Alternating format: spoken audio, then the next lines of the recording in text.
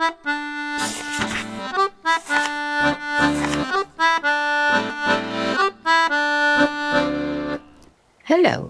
My vroeë kinderjare was in Grootbrak.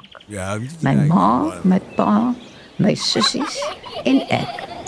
My ouma en oupa het buite Grootbrak in Tergniet gebly in 'n klein oewe. Desember vakansies was kamptyd. Nie sommer enige kamptyd nie.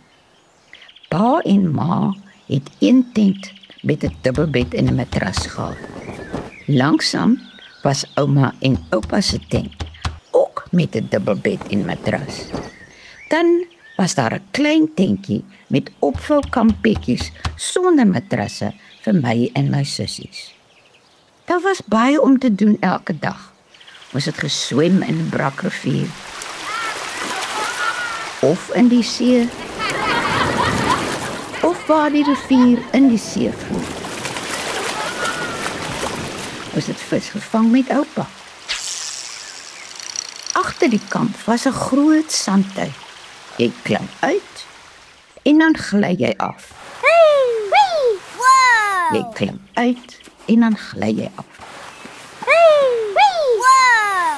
Studente van universiteit het kinders in die Kaap kom besig hou. 'n Vletjie het geblaas en die kinders is bymekaar gemaak en ons het speletjies gespeel soos slangetjies en pop-pop. Ons het ook kinderliedjies gesing.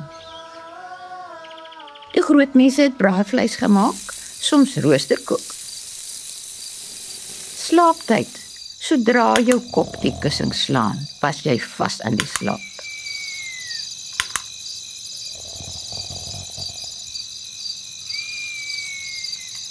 Oupa was lief vir die see. Ek was lief vir oupa. Tata julle.